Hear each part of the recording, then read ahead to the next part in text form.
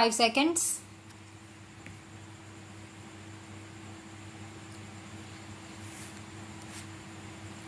Sir, I think this is a very important amendment to the Constitution that we are considering, and it requires a certain degree of serious attention and serious consideration.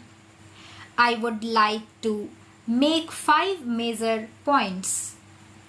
The first point concerns the federal structure of our Constitution. I remember that it was very wonderful and very nice to hear my old friend, colleague, somebody with whom I had interacted for more than 2 decades, and somebody with whom I had many a contentious argument, and particularly on this issue as well, and it was wonderful to hear him once again. So, welcome back and thank you very much for what you have said.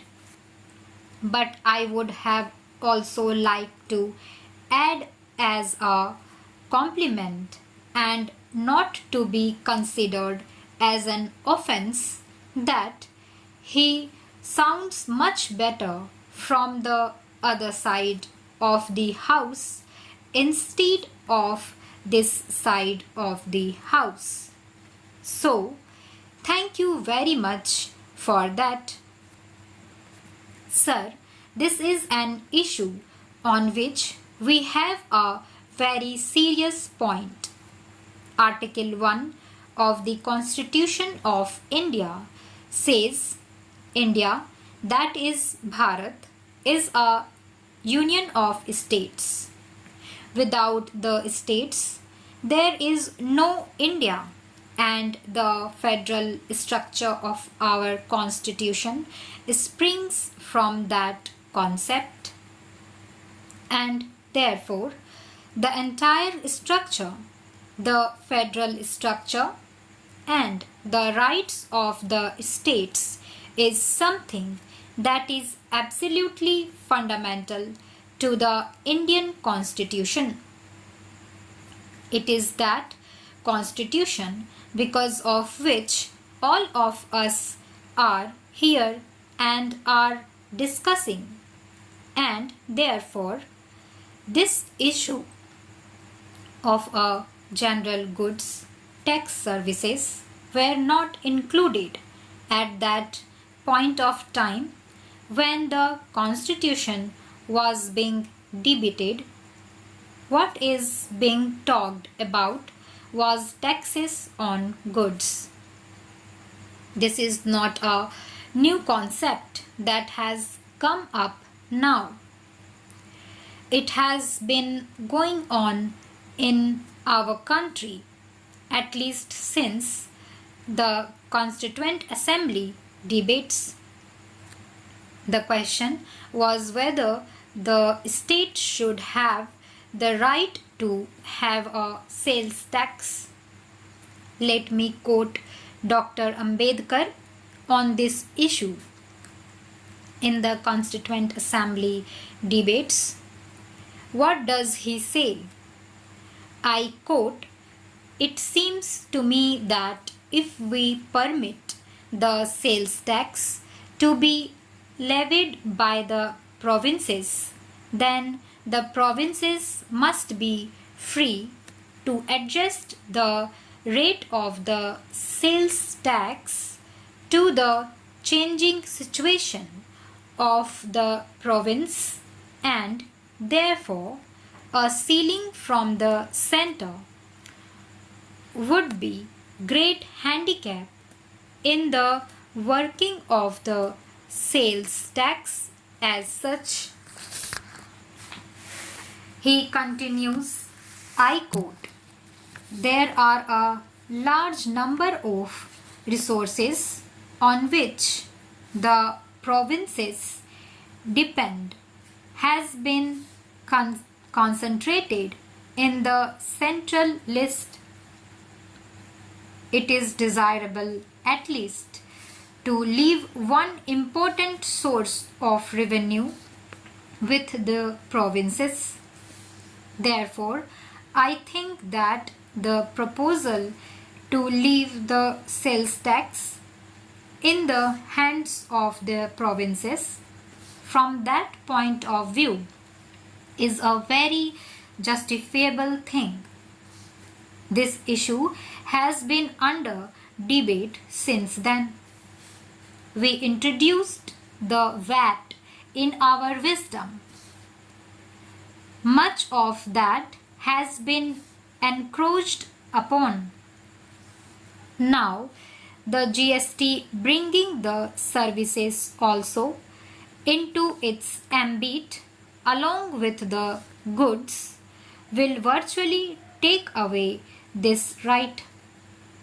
Now, the state governments, which were called the provinces then, not having any right to raise resources from whatever they would consider they are elected, they consider as important for the welfare of the people in those states, that will now be prohibited.